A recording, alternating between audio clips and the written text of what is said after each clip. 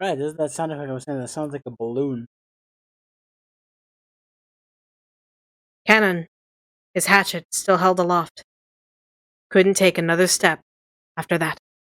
Oh, he's dead, isn't he? With a clang, the hatchet that Cannon had been grasping fell and rolled on the floor. Yep. And following that, with a pair of thuds, Cannon's knees hit left and right. That hand, which looked like it was trying to catch the sky now that the hatchet had been dropped, gradually lowered and rested on his chest. Then, the other hand did the same. What? Right there was a handle with a demon-shaped design engraved upon it. The same type of weapon that had been stabbed into Eva and Hideyoshi's foreheads was in Cannon's chest.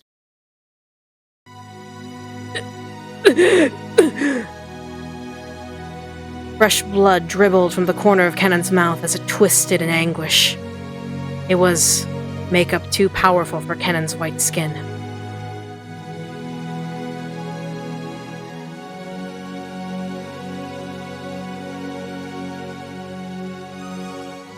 Around this scene, the glittering gold butterflies danced mesmerizingly through the darkness. It was a beautiful, beautiful dance, a funeral march of tribute, ridicule, and contempt for a single boy's self-sacrifice. Cannon had already been prepared for his own death, but he attempted one last measure of resistance to reject death in at least the form it had been delivered to him. With both hands, he grasped the handle from the weapon sticking into his chest, and gritting his teeth with an acute, unearthly pain, he pulled it out.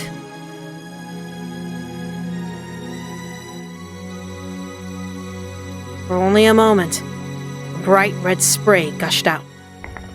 It made an unpleasant bloop sound. It probably resembled the sound of Cannon's soul as it was sucked into the swamp of the dead.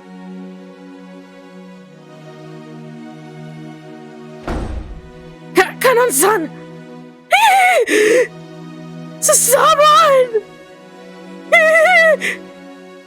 Kumasawa screamed at the incomprehensible sight in front of her. Cannon was laying in a pool of blood. Kumasawa's heart was a complete mess. What a terrible fate. He wouldn't have been killed if I had been with him. What an incredible fortune. If I had been with him, I might have been killed too. As she screamed, her expression was filled with complete confusion, and all of the muscles of her face were pulled up, almost as though she was smiling while crying. No one could have made fun of an expression such as this. What is it, Kumasawa? Answer me, Kumasawa! The first one to dash in was Natsuhi, with rifle at the ready. Battler and Genji dashed in after her. Normally, they probably would have started discussing the origin of that violent stench filling the boiler room. But after they saw Cannon, who was lying on the ground as if he were drowning in an ocean of his own blood, the stench wasn't important anymore. Cannon! Answer me! Genji, bring Dr. Nanjo here! Natsuhi realized that even though Cannon was on the verge of death, he was still conscious, so he sent Genji to get the doctor. Natsuhi, holding the rifle aloft, faced the darkness in the center of the boiler room and shouted, "Who is hiding over there? Come out quietly! If you don't come out from there, I'll shoot you without mercy!" Flashlight! Let's see, let's light him up. Battler, thinking quickly, took a large flashlight from the tool shelf along the side of the door and used its light to cut through the darkness Natsuhi was glaring into. But the light only shone a mechanical-looking piping and a door. The door had been left open a small crack, and it was obvious that someone had left through there in a hurry. Oh, Natsuhi, where does that door go? Genji! Where does that door lead to? The courtyard. Like hell I let you get away, you damn bastard! Yeah, that's it. Also kind of... You know. Battler let out a war cry as he slammed into the door. Cool air from the outside suddenly rushed in. There were some thin, rough stairs leading up. Battler ran up them, shouting, "Wait, Battler-kun! It's dangerous to be alone!" At least take this. And she, like, hands him the gun. Right? Natsuhi also rushed up the stair, chasing after Battler. At the top was the courtyard. The courtyard of the mansion had been built strictly for lighting purposes, so it wasn't a very elegant place. Because it was surrounded on all sides, the air was calm and completely undisturbed, even though they could hear the sound of strong winds. There was only the gentle, sorrowful rain. Through the cold, scattered raindrops, Battler dashed up the stairs and into the courtyard, where he looked in every direction. Of course, the odds of him finding a suspicious silhouette just standing around nonchalantly were pretty much zero. Battler turned around, looking in all directions. He turned again and again. He kept spinning until he almost lost his sense of direction. He prayed that he would see the culprit somewhere in the scenery, but there was no chance. All he saw was he spun were more and more of the mansion's heartless walls and windows. Furthermore, there were 2 entrances to the mansion from the courtyard, and none of them were locked. Because the courtyard couldn't be entered from the outside of the mansion, the doors had been built without locks. He couldn't tell which one they had left through. He had to give up. Battler pounded the wall with his fist, swearing. Battler-kun, you mustn't run ahead of yourself! Battler-kun? Battler put his head against the wall and scratched at it with his fingernails as he cried. Shit! Shit! Shit! Not here when Uncle Hideyoshi and now Kanekun too? You killed 6 whole people! And that wasn't enough, so you killed 3 more? Fuck you. Just imagine me screaming. Fuck you! Fuck you! Thank you. Auntie Eva and Uncle Hideyoshi were always fun and kind to us.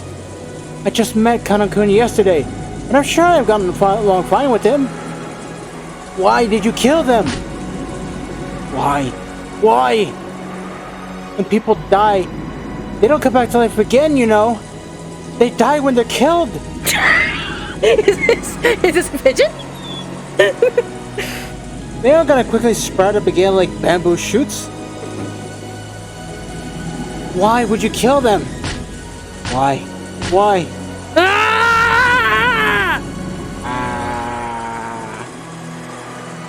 Battler was a boy who could understand the feelings of pain and regret in a person's heart. So he cried with all his strength. Natsuhi, who had always thought of Battler as a strong person, was a little surprised to find that he had a delicate side, and at the same time, understood how easily hurt the heart of a young person could be. So she held him. It's all right. I will definitely protect you, George-kun, Maria-chan, and Jessica. With this gun I found. As a mother, and as the representative of the Ushinomiya family. Daisuke Ono does such a great job with his voice, by the way, guys. Okay, I'm sorry. It's too late at night for us to do this. Yeah. Battler, after sobbing into Natsuhi's chest for a while, wiped his tears with a bitter smile, and tried to convey that he had cried more than enough already, just as he had done the times before. Anyway, let's go back down for now. Protecting ourselves is a higher priority than finding the culprit. Tomorrow, the boat will arrive. After that happens, the police will come, and everything should be brought to light. There's no way the killer can escape this island, no matter how much they struggle. Right. The police come. When the seagulls cry, the crime will be solved. But for some reason, Battler felt a slight sense of uneasiness, as if the seagulls would never cry again. This couldn't be true. When the typhoon passes, the lively seagulls should return to the harbor again. It's gonna be raining the entire game, isn't it? Not the entirety of it. Maybe. Depends. I returned to the boiler room along with Natsuhi and told the room weekly that we hadn't found anything.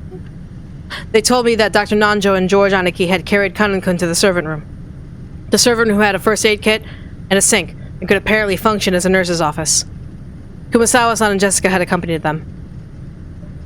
Stains from Kanen-kun's blood remained on the floor. Judging by the large amount of blood loss and the ruthless shape of the weapon that had fallen unceremoniously to the ground, I figured Dr. Nanjo's treatment would probably end in vain. That weapon was doubtlessly the same weapon that had been stuck in Auntie Ava and Uncle Hideyoshi's foreheads. But wait, isn't the demonic design of the handle a little different? There seemed to be some small differences in that part. Still, as far as their overall shape was concerned, the weapons were all of the same type. Though it had seemed brutal, we'd left the weapons stuck into Auntie Ava and Uncle Hideyoshi's to preserve the crime scene. So this is the first time I'd been able to have a perfect view of the entire weapon. Indeed, the weapon was not bladed like a knife, but shaped like an ice pick. Or rather, a thin stake. Also, it had a spiral-like design, sort of like a drill? To use a disturbing analogy, it looked like something that might be driven into the hearts of human sacrifices within some demonic ritual. Including the handle, it was about 25 centimeters long. Half of it... Excuse me. Half of that was the stake-shaped part, which was stained with deep red blood. The length of the blood-stained part made it clear just how deeply it must have penetrated into Kana-kun's chest. Aunt Natsuhi and the rest were not even looking at the weapon, instead standing in front of the incinerator, where the horrible stench was emanating from. They had probably pulled that out of the furnace, where it must have been burning. It was still smoldering, and kept sending out dense waves that awfully unpleasant smell. Genji-sama and Maria were staring down at it. Aunt Natsuhi probably couldn't stand to look at it directly. She kept shaking her head, her back to it. I thought that after everything that's happened, nothing could surprise me anymore, but this was... I stood there for a while, moaning, with a resisting urge to vomit. The true nature of that unearthly stench was the charred smell from the incinerator of a burning corpse. The clothes, the surface of the body, and the hair were all hideously burned.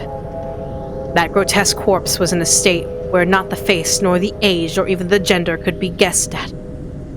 When I thought about it calmly, I realized that a corpse appearing at this time could only be one person. Grandfather, who had disappeared that morning, and whose whereabouts had been unknown. I believe it is most likely the Master. I agree that he would pass away in such a state. How heartrending. But is there any proof that this corpse is really his grandfather? It's burnt so black you can't even tell what sex it is. Adela-kun, look at the feet. Aunt Natsuhi, with her handkerchief over her mouth and her eyes averted, pointed and told me to look at the burnt corpse's feet. The toes on both feet. Look closely. Huh? You're right. Just as Genji-san had said, there were 6 toes on each foot. Each of those toes had been arranged so normally that I hadn't noticed. The Master had these uniquely characteristic toes since birth. Consequently, the Master has entrusted the revival of the Ushiramiya family. I have heard that since long ago, cases of polydactyl were common in the Ushiramiya family. It's probably hereditary. If you don't know what that is, literally it's more toes on your feet. Polydactyl means more appendages to typically like hands, like remember like Six-Fingered Man from like Princess Bride? That's a type of polydactyl, as well as like feet. It also applies to feet. There all could be cases of like ears. It could be many cases of an extra appendage of some kind. Polydactyl literally means many fingers. Because of a little mistake by God, where a person is born, one of their toes or fingers splits into 2 and the total number increases. But a big deal isn't usually made of polydactyl in the world at large. That's because it isn't a disease, but something people are born with. So the hospital is already aware of it, like when they're still babies. And about the same time, with the time they turn 1 year old, they're given surgery to make them normal. So even if a baby has polydactyl, it is polydactyly. It is treated before they become self-aware, so they might not even remember they have it themselves. Incidentally, It seems that it can occur with a probability of about 1 every 2,000 babies. So even though it's not usually seen, it isn't that rare at all. Speaking of which, I think Uncle Hideyoshi mentioned something to me long ago. Something about how Toyotomi Hideyoshi, the man who unified Japan at the end of the Sengoku period, possessed 6 fingers on one hand.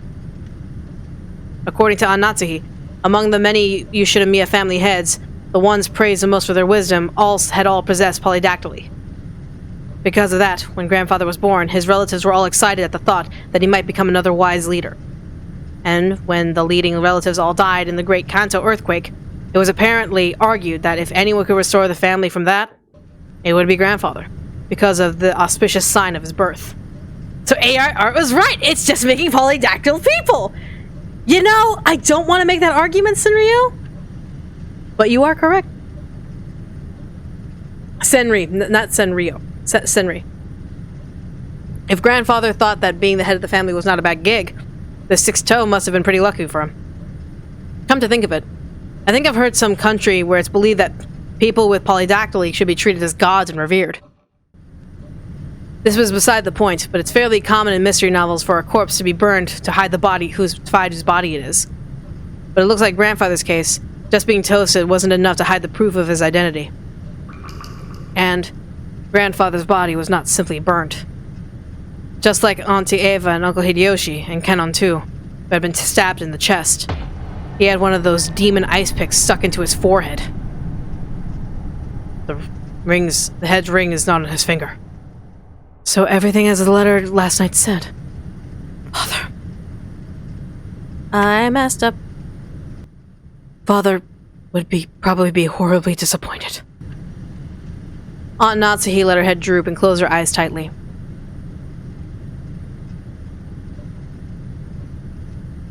The room had also become a vital crime scene for us to hand over to the police. It was decided that we would leave grandfather's corpse here and lock the room, sealing it. It wasn't clear when grandfather's corpse started burning in the incinerator. Since according to Genji-san, the flames hadn't been that strong, the body must have been burning a long time ago. And that stench must have slowly crept out from the furnace and filled the room bit by bit, eventually pouring out and climbing up the staircase. Putting aside whether it was rare or well done, grandfather had been brought out, killed, and burned, even though he had started out in a locked room created by his auto-lock. There was probably no doubting this. However, according to Genji-san, the boiler room is usually locked. The probability that someone outside our group was lurking around committing the crimes was now overwhelmingly high. And there was a good chance that this person was walking around with something like a master key. After all the doors and windows throughout the mansion had been checked. And despite that, the culprit was freely strutting around the mansion. After this latest crime, can we now be sure that a 19th person exists? They haven't shown themselves once, and yet they're trying to tout their existence. Along with Kirie-san's chessboard theory, I've been using this contradiction to deny the existence of a 19th person. By flipping over the chessboard once more, the very fact that this crime makes it perfectly obvious that a 19th person exists means that the existence of a 19th person is even less possible. Along with that 19th person doesn't show themselves in front of us. If the culprit could get grandfather out through the door sealed by the receipt, if they could kill Auntie Eva and Uncle Hideyoshi from the other side of a door sealed by a chain, then is it possible for them to even create a fictional 19th person through strange tricks and devices? If we still want to believe that the culprit is among us, then the list of suspects is very short. The 4 of us kids, Aunt Natsuhi, Genji-san, Kumasawa Ba-chan, and Dr. Nanjo. One of these people has to be the culprit. Wait, we can't be sure of that. Just a second ago, we were starting to doubt whether the body here was actually grandfather's, right? Maybe we should try thinking of the other bodies in the same way. For example, the first 6 all had their faces horribly destroyed. Some of the bodies had kept enough of their faces for us to confirm who they were, but my old bastard, for example, had lost his entire face as though it had been peeled off. We'd only figured out which body was which by their clothes and surroundings. Had the culprit prepared a fake corpse beforehand and disguised it to make it look like they died and then hid somewhere and continued their killing spree? It sounds ridiculous, but it doesn't mean it's an impossible trick. It's too early to give this 19th person... No, this witch.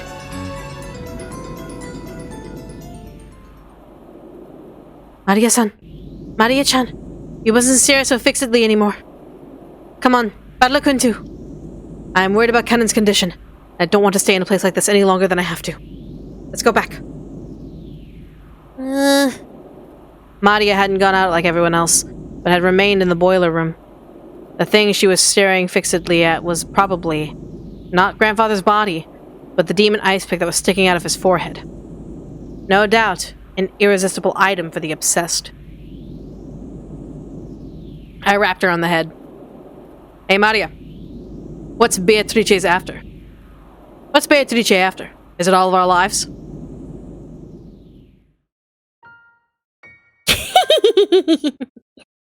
Beatrice will revive very soon. At that time, none shall be left alive. How can you laugh at something like that? Do you think you're the only one who's safe? Why don't you feel like you're in danger? Why aren't you scared? Beatrice promised me. She said that she's going to take me to the Golden Land. It's a wonderful place where you have no obligations, everyone's always together, and everyone's always so nice to everyone else. I'm looking forward to it, you know. That time will come very soon now.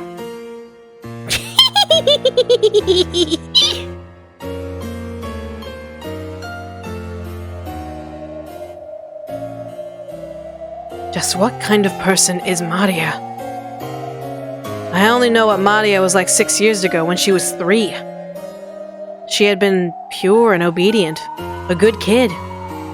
This new Maria 6 years later and the Maria I knew didn't seem to fit together. Just who is this? Just who is she? This witch who calls herself Maria. To her, with her obstinate belief in witches. This series of unsolvable crimes is proof that witches actually exist. Every time something occurs that could be difficult for a human, it becomes a little harder for the rest of us not to believe in the witch called Beatrice. It must be an intense pleasure for Maria to see her relatives, who once firmly denied the witch's existence, start acknowledging her existence one by one. Is that why she's in high spirits? Maria, let me ask this one more time. You'll probably answer the same anyway, but I'll ask just once more. Yesterday, you were given a letter in the Rose Garden. Who gave it to you? Like I said, Beatrice! You still don't believe. Maria only repeated what she had already said. Maria had met with the 19th person, the witch. Had that really been a 19th person? Or had that been one of the 18th who told her to say otherwise? All that's certain is that Maria has been with the rest of us constantly, has always had an alibi, and hasn't done anything that would put her under suspicion. She is simply overjoyed at being made Beatrice's messenger, and certainly is not our 19th person. I think. Have a good night, Solus. That's right. I wonder what's written in the letter we picked up in Auntie Eva and Uncle Hideyoshi's room. Aunt Natsuhi should still have it with her.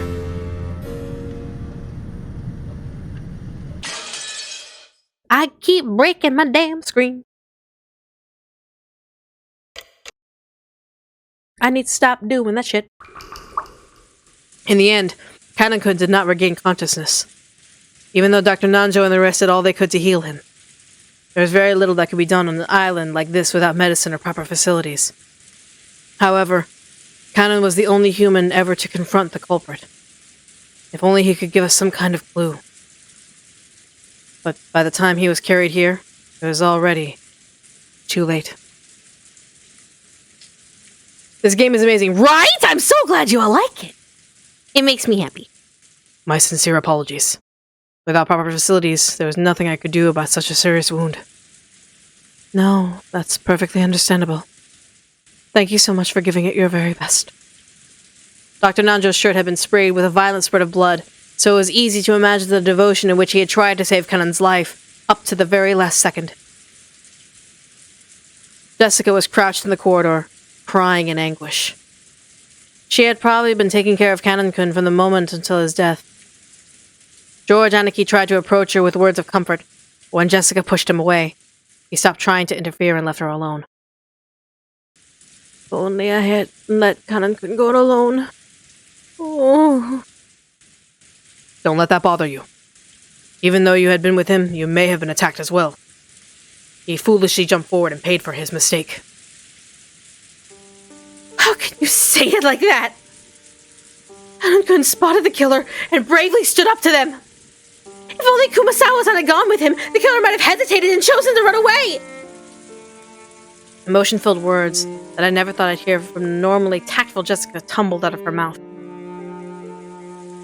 Kumasawa-san, looking truly sorry, could do nothing but hang her head. Jessica, now isn't the time for words. Even I feel as if you're probably the same. As if I don't have the first clue what's going on anymore. As if my heart's going to split open. There were tears in George Aniki's eyes again. Seeing Jessica break down crying probably brought back the pain of losing his parents. I had already cried myself dry. I didn't want to cry anymore. However, I felt myself pain in their hearts. It's alright, Jessica Onye-san. You'll be able to meet Kanon again soon. Stop it! You won't help me! Beatrice will revive the dead, and even the love they possess. So you'll definitely be able to meet him soon. And everyone will be able to live in peace. Miss Beatrice, who you say gave you that letter yesterday, is she the one who killed Kanon-kun? Where is she? Where is she hiding? I'll find her and tear her limb from limb! Say it! You know, don't you? You know who the killer really is! What do you know, and what are you hiding? Tell me, damn it! Milady, please stop! Beatrice exists! Exists! Damn it! Let go of me, Genji-san! Maria knows who the killer. Maria knows the killer. Maria knows who the killer is. She's hiding it on purpose. She must be telling them what we're doing, guiding them as they kill us. Jessica, be silent. Jessica rushed at Maria and grabbed hold of her. Genji tried to stop her, but Jessica could not be calmed. The next thing I heard was the sound of Aunt Nati slapping Jessica's face. After that, only Jessica's sorrowful, sobbing voice resounded through the hall. Maria-chan, I know that there's no way you're one of the culprits. You have been with us since the beginning, and there was no time for you to communicate with any killer. So I want you to tell me something. This Beatrice who handed you the letter yesterday, who was she? Although those words seemed kind, they clearly showed that George still had some doubts about Maria. He hadn't tackled Maria. However, he felt exactly the same way Jessica did. Aniki. I asked her the same thing only just now. The answer won't be any different. I want to hear from Maria-chan's mouth. Who is Beatrice? Even if I tell you, you won't believe me anyway. What do you mean by that? Is it possible that the killer is someone we know well? And that for some reason you're covering for them by remaining silent? Who gave you that letter? I got it from Beatrice. I'll say it no matter how many times you ask. I got the letter from Beatrice. George Oni-chan, you refuse to believe in Beatrice because she's not an opponent you can hit. You want to turn your feelings of helplessness into violence and beat someone up. So you won't be satisfied because your opponent is a human you can hit. So even if I tell you the truth, you won't be able to accept it. So it's pointless for me to tell you. You won't believe. But I will keep on saying it. I'll say it because it's true. Beatrice exists. the door to the Golden Land will be opened. And that's where I'm going. Beatrice promised. In that world, Mama is nice. And Papa is with us. And is also nice. I want to go there right away. Everyone is afraid of Beatrice. And that is only natural. But calm yourselves. Beatrice told me herself. By the time the typhoon has passed, she will have ended everything. Ouch! Maria, I actually don't dislike you being talkative, but let's leave it at that for now. I bet this is all a pretty happy situation for you, since you're always going on about how witches exist, but to keep that to yourself for the time being. Let it leave everyone else out of it.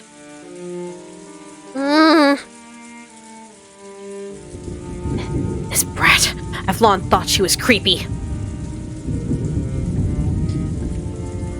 She's actually screwed up. Somehow she's screwed up. Don't you think so bad of her? Genji-san? Kumasawa-san? What about you, Mom? Maria knows who the killer is, and she's hiding it. Sure, maybe she hasn't directly done anything, but she's definitely the killer's accomplice. That's right, she's a spy. We can't let her stay with us any longer. Maria-chan, you must learn that there are some times where indiscreet discussion must be avoided. If you continue to add more fuel to the fire, I will get very angry. Aunt Natsuhi glared at Maria with frightening eyes. Maria was used to Auntie Rosa's loud style of scolding, but she's apparently hadn't developed a resistance to this kind of... She hadn't developed a resistance to this kind of silent telling off. She shrugged and kept her mouth shut. A desolate feeling filled the room. It felt as though things would get more complicated if anyone spoke. How many people have already died? 6 in Dad's group. Also, both Auntie Eva and Uncle Hideyoshi, Kanon-kun, grandfather. There were a whole 18 people on this island. 10 of those had been killed. More than half of those had been killed. And at this stage, there was absolutely no guarantee that the remaining 8 were going to be alright. Instead of asking Mary who gave her the rules, why doesn't anyone ask what Beatrice appeared to look like when she... Yeah, she would look like the picture. Everyone assumed that basically it was someone dressed in Beatrice's dress. That's in the painting. That's how you would recognize it as Beatrice.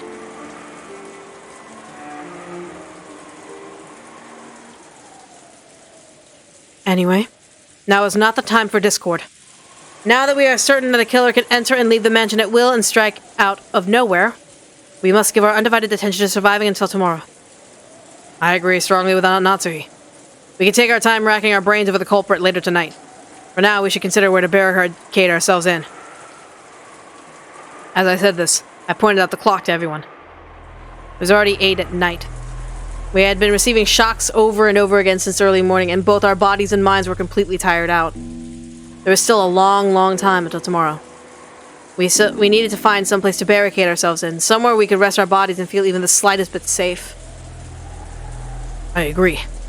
Everyone is already pushing their mental and physical limits, myself included. I believe it would be wise to consider our plans immediately. Settle then. There's a high probability that the enemy has the equivalent of a master key. Were Shannon, Kanon-kun, and Goda-san holding master keys? Yes. As long as they were on duty, they would have had them. We don't want to disturb the scene, so we didn't investigate this, but we can't eliminate the possibility that a key has been stolen from one of them. Even before that, we know there's a chance that the culprit visited the servant room at one point in time, so they could unlock the shutter to the Rose Garden shed. I think it very likely that they had already obtained a master key while there. There were many servants serving the Yoshida-miya family. Because of that, there were several master keys. Furthermore, every time the shifts changed, the keys were passed between the servants. She had to admit that the arrangement had been somewhat sloppy. Assuming they did borrow a bunch of keys from the pocket of one of the murdered servants, is there any place safe that even those keys couldn't open? Because of the nature of our jobs, we've been entrusted with keys to all the other rooms. All of them in the mansion and in the guest house. So in other words, nowhere where we hole up and lock ourselves in, it'd just be poisonless. Fine by me. Who needs damn locks? If you're gonna come in, damn it! I'll kill you first! The enemy won't approach us from the front. I don't know about the first 6, but if we look at what happened to my parents and Kanan-kun, and even grandfather, the enemy has only gone after isolated people. They don't have the power to assault us all openly in a secure room. That's right. It's just like Aniki says. Maybe Ansi's rifle can serve to stave off the enemy. I hope that's so, but... Maria, I know you want to say something, but keep it to yourself and stay quiet for a while. Maria probably wanted to say that witches aren't afraid of things like guns, or something like that. But if she were to say it out loud, the atmosphere around here would start to get pretty edgy. I'd noticed and decided to put a stop to it. If I may, there is one place that cannot be entered even with the servant's keys. Where is that? Very well. It is the master's study. I'm against this! I don't even want to think about going into Grandpa's creepy room. How many keys can I gain access to that room? There are 2. I always have one of them. The other was held by the master himself, but just now, with the body in the boiler room. Genji-san took the handkerchief out of his pocket and opened it, showing us the burnt and filthy key to the study. Then he showed it alongside his own key, what he had once lent to Aunt Natsuhi. Normally, I should have left the master's key for the police, but he had ordered me to always protect the safety of the study, so I borrowed it for the time being. I see. Which means that Kinzo's study is the only safe location right now. It would appear that way. I don't even want to think about being shut up all night in the room that particularly smells. But it appears we must accept that his room is safer than anywhere else right now. Grandfather's locked himself up in that safe room, but the culprit still brought him out and killed him. I can't say for certain that it's truly safe. If we go with your theory, then Grandfather skillfully outlasted the receipt and then left the room of his own free will. It might still have some worth as a place to barricade ourselves in. You're too optimistic, Aniki. However, at the same time, I thought he brought up a pretty interesting point. After this gives us a chance to question the enemy, the witch herself, about how the sealed door had been opened. If we assume that the culprit used some technique to abduct Grandfather from his study, they would have had to show us the same trick again if they wanted to assault us in the study. It's an opportunity to force the culprit to demonstrate that trick right before our eyes. If they're a real witch, we would be forcing them to say "Open Sesame" or "Open the door by magic" in front of us. But such a thing was probably impossible. If you flip over the chessboard, you realize that the culprit is probably just trying to act like they're the witch. If they really were a witch, then all they'd have to do is appear in front of us and show off a spell colorful enough to silence all our doubts. Since they've avoided doing that, everything must be the work of a fake witch who wants us to think otherwise. Therefore, a culprit who used a technique other than magic to defeat the locked room couldn't open the door before our eyes. Is Grandfather's room big enough to stuff 8 people in? Yes. There's a bed, sofa, and blankets, so while it's not luxurious, it will be more than enough to spend the night. There's also a sink, a bathroom, and a refrigerator, and a liquor cabinet. Whoa! That's incredible! But isn't that weird? You're saying he built another house inside his house? That's pretty cramped for the last house of someone like our grandfather who bought a whole island and realized all his dreams. Yes, it is. At just some point in time, Father wouldn't trust any other place even inside the mansion. We always sneered about how he shut himself up in there, and this time we're the ones who are going to shut ourselves up. Jessica spat the words out. Jessica-chan, it feels like you would rather go search for the culprit than stay shut up somewhere. Of course, I don't think we'll be able to find them if we just start searching now. In the end, we can't do anything but wait. And it doesn't matter where we wait, does it? I won't run away or hide. Why do we take it easy in the parlor, watching TV or something, and waiting for the great Beatrice-sama to appear? It will be perfectly satisfactory for her not to appear. There is no need for us to expose the culprit. Well said. We shouldn't take too many risks before the police get here. Thank you, Dr. Nanjo. I think we should move to Father's study. Certainly considering the possibility that father was taken out of there, there's no guarantee of absolute safety. However, as Badler-kun reasoned, I also can't deny the possibility that father left the study of his own accord and was attacked outside. That crazy theory has just been what I came up with to stop the argument. However, just as Auntie Ava had said, even though the trick would work, I can't begin to explain what motive could have made grandfather do something so awkward to sneak out of his own study. Plus, that trick of hiding under the bed and escape and waiting for the receipt to be removed before escaping couldn't have been used unless grandfather had known that the receipt was wedged in the door. Auntie Ava hadn't pointed out that last part, but it was clear how absurd the theory was. Then does that mean that, as Auntie Ava claimed, the door was sealed and it was a locked room? Is it a doubtless fact that Aunt Natsuhi was the culprit and that the room was a locked room? If Auntie were here now, she probably would make the claim openly and do me the favor of blowing my strange theory away.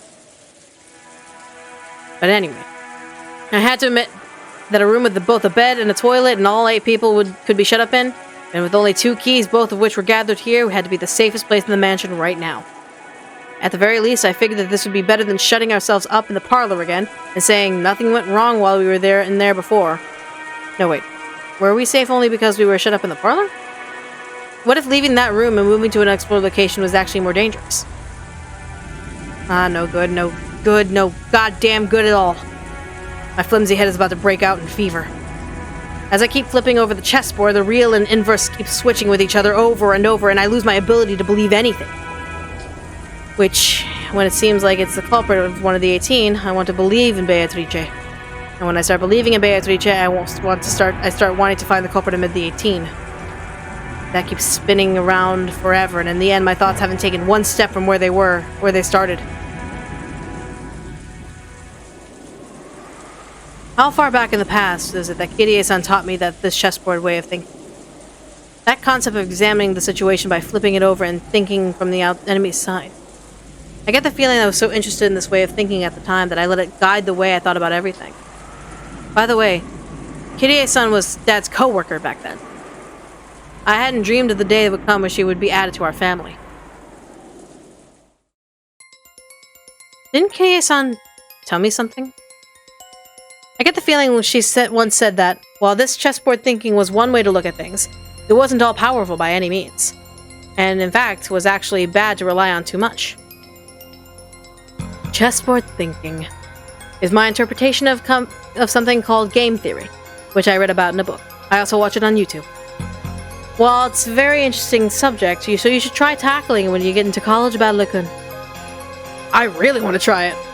If I could study that and perfect my chessboard thinking, it would be like I could read any opponent's moves. It'd be really fun. But you can't believe in it blindly. Game theory is a very deep and complicated subject. Chessboard thinking is just my interpretation that skims the surface of game theory. In order to thoroughly read your opponent's moves like you are imagining, you need to do a lot of study. Additionally, while chessboard theory is convenient and practical, it isn't perfect. It has many weak points despite its convenience. Weak points? Yes. Chessboard thinking is founded upon game theory, and game theory is essentially math when you boil it down. Do you know what a weak point of math is? It's noise. In math, when you write 1 plus 1, it equals 2. That equation will always be 1 plus 1 equals 2, no matter how many billions of years pass, nothing more, nothing less. That's because there's absolutely no noise mixed in. But for example, unlike math, the Japanese language has noise mixed in. Kanji is a good example. Old kanji and new kanji are slightly different, which represents an introduction of noise created by change over the ages. Isn't history the same?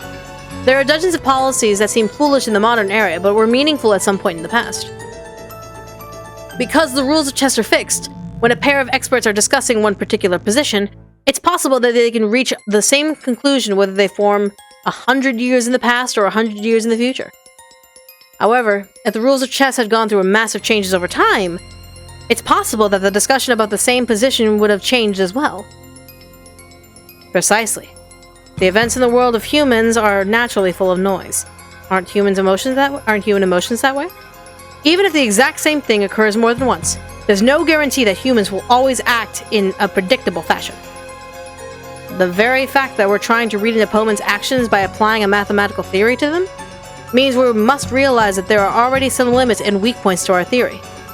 To put it quick and easy, chessboard thinking is extremely weak against noise and fickleness, and even mistakes or incorrect knowledge. That's right. Kirie-san definitely said that. In the first place, chess is a game where both sides play by the same rules and fight with the same objective, namely victory. This is why it's possible for both sides to predict the other's moves. It is possible to read an opponent because you always suppose that they will advance in the best moves they can find.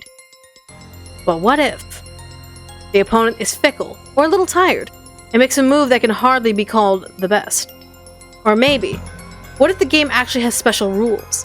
Only the enemy knows them and they can make use of something unknown to you. In fact, what if the opponent actually has some goal other than victory? Think of from your enemy's perspective. Think that is the basis of chessboard thinking. Which means that if you misunderstand your enemy, any and all answers that you draw from that process will be complete rubbish and of no use at all. Many times I thought that by using chessboard thinking, I'd gotten a glimpse into the person behind these crimes. However, I don't know anything about the culprit. Am I just playing in a labyrinth of thought? If Kirie-san were here at a time like this, she'd probably be able to notice something in her much, much sharper thinking ability.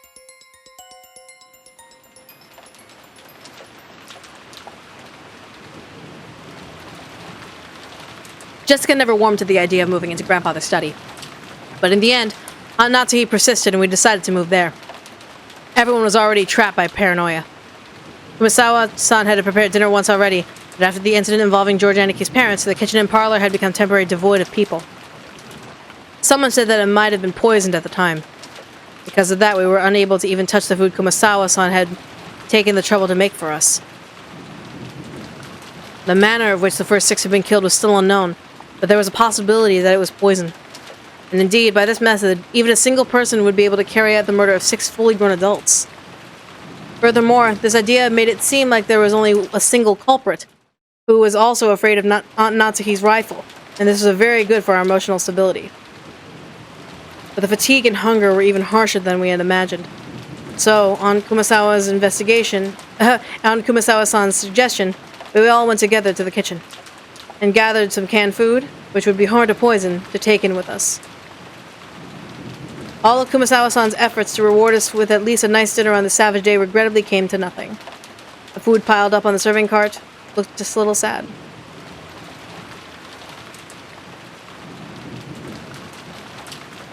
We all started climbing the stairs. Aunt Natsuhi led the group, warily staring into the darkness with both eyes and the barrel of a gun. When we arrived on the 3rd floor, just as Aunt Natsuhi had warned us beforehand, there was a mixture of a chemical smell and a sickly sweet aroma, a stench hanging from the air that felt like it was eating into our heads. Yeah, this kind of stench probably would give you a headache if you were shut in for the whole night. I know it's a little late, but I find myself siding with Jessica against going into Grandfather's study. This exceptionally magnificent door felt like the source of the stench. So this was the door to the forbidden study, which had turned away all who visited it. When Genji-san was unlocking the door, Maria was staring at the door and the doorknob with great interest. What a door. It looks old and strict, and let's stop any jokes cold. Sure is a fitting door for Grandfather's study. It contains a really strong power to ward off any spiritual menace. Beatrice probably couldn't open this door. Oh? What does that mean? Maria pointed at the doorknob. The scorpion crest. No, a design like a magic circle arranged around a scorpion was inscribed there. This design. That's right. Isn't this like the keyholder's charms that Maria gave Jessica and me yesterday? The 5th magic circle of Mars is a strong magic repellent. Additionally, this magic circle is very diligently constructed and full of power. To beings of magic like Beatrice, this magic circle is quite troublesome. Isn't that comforting? Are you saying we can even escape the grip of Beatrice's evil hand in this room? Our little witch here sure is reliable. Then how did Beatrice take Grandfather out? Just as Battler reasoned. Beatrice can't go inside. But she has magic, and she also has familiars. Using those, she might have been able to force Grandfather to leave the study. Ah, I read of that in a manga. There's a scene where the vampires were frightened of crosses so they couldn't get close. But the familiars were fine, so they made their familiars attack. The scorpion keyholder-like charm I gave you yesterday also had the 5th circle of Mars on it. The power dwelling with it is paltry, but it would have been enough to protect you if you were left of the island. Until you left the island. Although it sounds like you lost it, right? Scorpion keyholder charm? The charm I gave you yesterday was something I got from Maria. I heard that it could repel magic if you put it in your doorknob, and at the time I thought maybe it would be better if you had it. Is that so? I thought it was an odd thing for you to be carrying around. Aunt Natsuhi put that on her doorknob? Yes. Last night after hearing about it from Jessica, I hung it from the doorknob from the inside of my door. Then, Aunt Natsuhi, you're really fortunate. If you did that, Beatrice probably couldn't lay even one finger on you yesterday. I think Beatrice must have been really annoyed. Beatrice? Annoyed? Couldn't lay one finger. Natsuhi thought back on the eerie graffiti that she had seen that morning, like someone had been tearing on the outside of her door with blood-soaked hands, and gasped in surprise. Could it be that this witch who called herself Beatrice had tried to enter through the door to her very own room, but with the magic-repelling charm that had been hanging from the inside, so she couldn't break through the door? So she was annoyed. So she scratched at it? Quit it. Don't talk about that. Witches don't exist. The killer does. And that's a human just like us. And if you need proof, why don't we dice her up and see if her blood's red? Damn it. Damn it. How could you do that to Kanan-kun? Genji unlocked the door. The 8 entered Kinzo's study. Did you bop her again? I love how, like, half of you are like, we need to protect Maria-chan at all costs. And all of a sudden you're all like, nah, we need to bop that. We need to put the child. I love that. Grandfather's study. I had heard rumors about beforehand, so it didn't surprise me all that much. He had done nothing more than fortify it thoroughly with his occult hobbies. If Grandfather's hobby had been chasing after pop idols, these walls might have been buried beneath idol posters. Or worst, VTuber merchandise. Even if I didn't understand it, I did realize that this room was an amalgamation of all the things he enjoyed. Even so, I couldn't help but remain dumbfounded by the smell of his creepy medicine and the sweet stench that seemed to melt my head.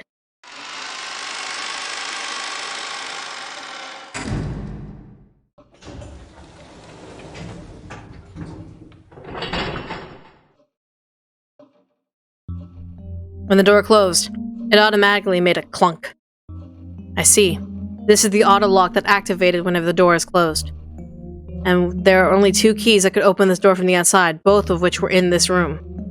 In other words, this room had become a locked room.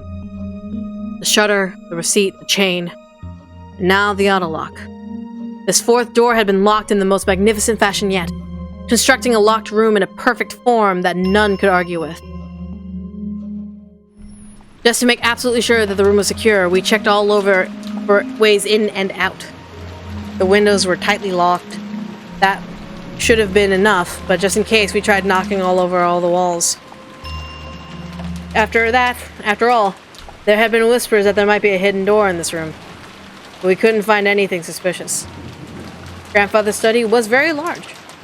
Even though we called it a study, it wasn't really a single room. It could be divided up into 4 basic stations. A study section, a bedroom section, a toilet bathroom section, and a section for cooking that had a sink. I see. The study does have enough to live in it. Now that I can understand how Grandfather used to live his whole life in this room without ever leaving. It seemed that Grandfather wasn't in the habit of watching TV. There was no television in this room, nor even a radio. Until tomorrow morning, there would be nothing for us to do but pass the time listening to the sound of the rain. Dr. Nanjo gazed at the chessboard that sat on the table in front of the sofa and muttered. It was apparently the partly finished chess match he'd been playing with grandfather until yesterday. The black had the white pretty well cornered, and it looked like the checkmate would be reached within a few moves, the end of the endgame. Even though checkmate had almost been reached, the endgame had been rushed, and in the end, was never completed. Kinzo-san, it seems we weren't able to see this match through after all. Dr. Nanjo. I was Kinzo's friend for a long time, but I never knew about more than half of him. I believe that two Kinzos existed, a wise one, and one trapped by some madness. I never understood anything about him. Hold on.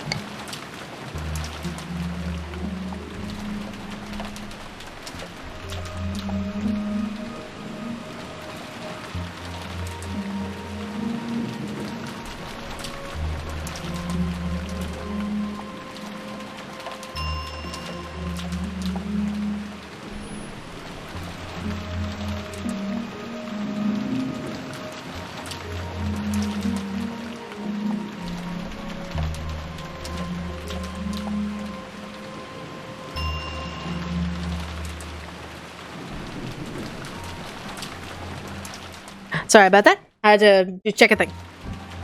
Especially when it came to Beatrice-sama. It would seem like his personality changed. In the direction of Kumasawa-san's upward gaze, a portrait of Beatrice could be seen. It wasn't massive like the one hanging in the entrance hall, but small, made for this room. Grandfather probably spent every day in this room, and so much of his time talking to the witch in that portrait. Who was Beatrice to grandfather in the first place? By now, you couldn't just explain her away by saying she was a story made by the parents to frighten children away from wandering into the forest. While eating the canned food that we had brought from the kitchen, we talked together about who Beatrice was. Whether the culprit was Beatrice herself or someone pretending to be her, whether they were a witch or a human, the lady in the portrait was strongly related to the basis and background of these crimes. You couldn't talk about them without talking about her.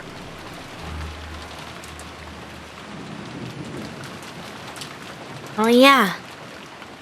Mom, you picked up a letter from the culprit in Auntie Ava's room, right? Yes. We still haven't opened it, have we? Let's open it and see. Aunt Natsuki took out a Western-style envelope. Genji-san pulled the letter opener out of a drawer of the study desk and handed it to her. While watching her open it, George Aniki grimaced slightly. After all, it was a letter left at the site where his parents had been murdered. There was a good chance that its contents would say something unbearable to Aniki. It seemed that Aunt Natsuki also realized that. So she glanced over the contents first without reading it aloud. We were a little frightened at what she might grimace after reading something shocking, but she just frowned unhappily. What does it say? There's only one unpleasant sentence. It must be trying to provoke us. Aunt Natsuki, after deciding that the contents could be shown to the children, set it openly on the table. Everyone stared at it at the same time. Praise my name? The hell? So frickin' smug. That's probably Beatrice declaring herself the victor. Damn it. I expect you were hoping for another weird magic circle to show up. It wasn't the magic circle. But it was just as I expected. What could it be? I wonder if she wants to tout her own existence. It seems reasonable. With this letter, we now know that the author of the last night's letter is the culprit. I think identical envelope was more significant than what is written here. Without doubt. Without a doubt, this is the type of envelope and sealing wax that the master used. Oh, I don't know what's going on anymore. This is the first time I've seen anything like this since I started working for the Ushidamiya family. If we're to believe the letter last night, then Beatrice claims to be grandfather's oldest confidant. Grandfather often said the same thing in the past, right? I directed the question to Genji-san and Kumasawa-san, who nodded together. So, the two of you knew more about this than anyone except grandfather. Could you tell us? For a long time, I made a point of ignoring this topic. But now that it has come to this, I can no longer do so. Genji, tell us everything you know.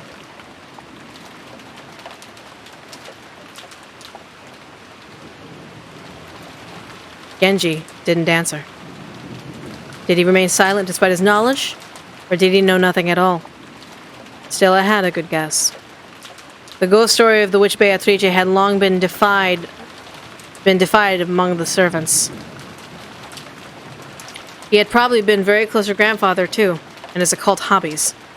So there was a good chance that he'd been indoctrinated with even weirder things and had increasingly come to deify the witch. As grandfather's most trusted servant, who had sworn loyalty to him, he might be the most influenced by the witch illusion that grandfather had created. So there was only one reason for Genji-san to remain silent. You could say it, but it would definitely cause a backlash, though it was better if he kept his mouth shut, and it wasn't like we would believe him anyway. Something along those lines. Only a short while ago, Maria had been more willing to speak bluntly and unrestrainedly, and that had earned her a scuffle with Jessica. It was natural for Genji-san to keep his silence.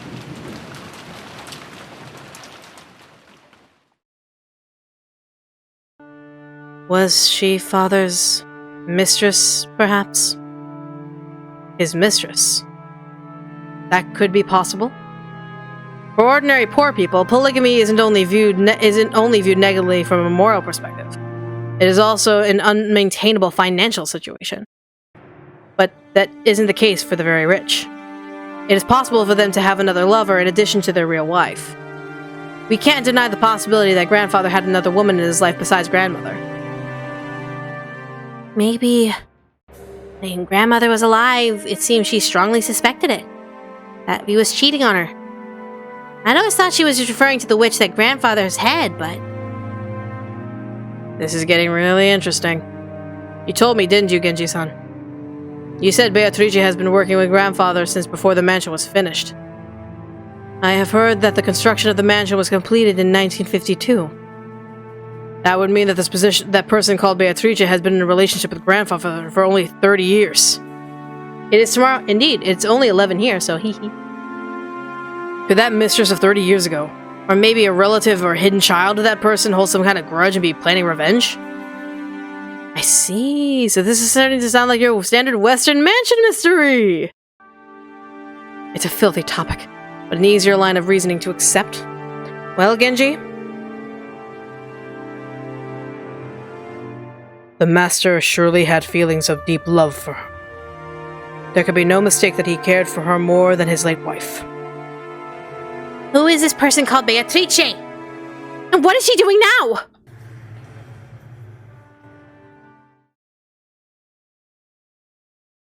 I have heard that she passed away before the mansion was completed. She's already dead? Yes. The master mourned her most grievously. And he devoted himself to the art of black magic as a means to revive Beatrice-sama. The master loved Beatrice-sama from the bottom of his heart. It was the madness which drove him to do all you see here.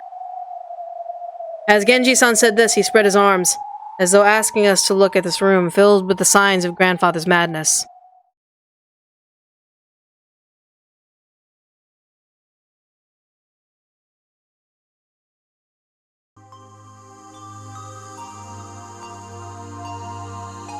We were all at a loss for words.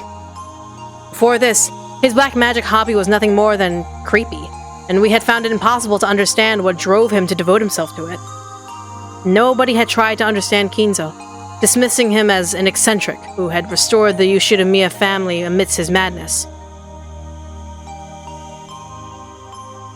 All that had been on grandfather's mind was the loss of the woman he loved, and the sorrow of being unable to give up on her. Just a few moments ago, this room had seemed creepy, but in that instant, everything about it started making sense. The creepy books, the magic circles, the medicine, all of it. All just because he wanted to revive, once more, the visage of a single woman who had left this world 30 long years ago. The master only told me about Beatrice's summer story once, when he was very drunk. Although I have forgotten the details. It was a deep, deep love, enough to make a woman like me jealous. When Kinzo's son succeeded the headship of the Ushiramiya family, his marriage to his late wife was decided by the few surviving elders of the family. So he married a woman who would benefit the Ushiramiya family. Because he was forced to? That is correct. Kinzo's son was installed as the head who would revive the family and had to bear all of that heavy responsibility. I do not pretend to know the details of when or where Kinzo's son first met Beatrice. It'd be rude to say any more than that. It was when grandfather truly fell in love for the first time. How deep that affection must have been. It was easy to tell just by looking around us. This room was covered with piles upon piles of things having to do with black magic. And grandfather had spent day after long day shut in here, immersed in his research and isolated from the outside world, never taking a single day off. You couldn't help but realize how deep grandfather's love for Beatrice was.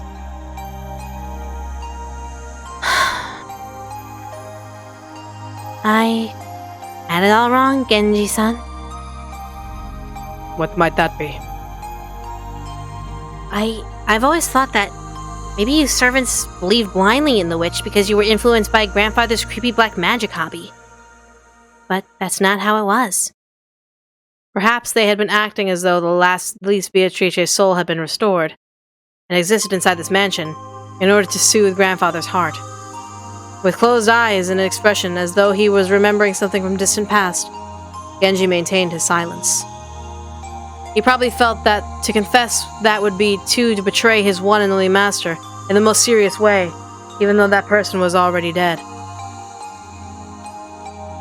Beatrice was revived as a witch, and she is in the mansion even now. That was his mantra, what he believed, what he made others believe, and Genji would take that with him to the grave. That might have been the last service he could offer his master. The legend of the witch, the mysterious tale of Rokanjima that was still whispered among the servants. Its true nature was a sad lie. No, an act of kindness towards grandfather, who had lost the person he loved above all else. I remember denying the witch's existence in front of father on multiple occasions. Now I finally understand how that must have wounded him. Right. I can understand very well. If I thought I could revive Shannon using dark magic, I'd immediately become the next owner of this room and start researching. Aniki. Another strand of tear dripped from George's eyes. Maybe it was infectious. Tears rose into Jessica's eyes too, and she sniffled. Beatrice told me. Very soon, she'll be able to revive. We'll be able to meet up. Very soon, the door to the Golden Land will be opened. In that promised land that glitters gold, she'll resurrect all the dead people's souls and revive the love they possessed as well. And I will sleep in a world of peacefulness evermore. Did she say that? That Beatrice who gave you the letter? You don't believe, do you? If only grandfather were here. I'm sure he'd be happy. I'm sure he'd be jumping for joy now that Beatrice is about to be revived. In that case, I'll believe. If spending half of his life on research is what he brought back life to grandfather, and if believing that the soul of the woman he loved had been resurrected was what enabled him to live at a ripe old age, I'll believe too. Battler. When love for a single woman is persistent over a long time, it is When love for a single woman is persistent over a long time, it is shared by those around you and becomes truth. Maybe you could say they're just being considerate. But right here, now, I'd like to call that magic. It isn't consideration. It really is magic. She's a witch. It looks like nobody can see Beatrice after all. Some time passed. As we listened to the sound of the rain, we considered what kind of love and madness must have possessed the owner of this room as he spent half of his life here.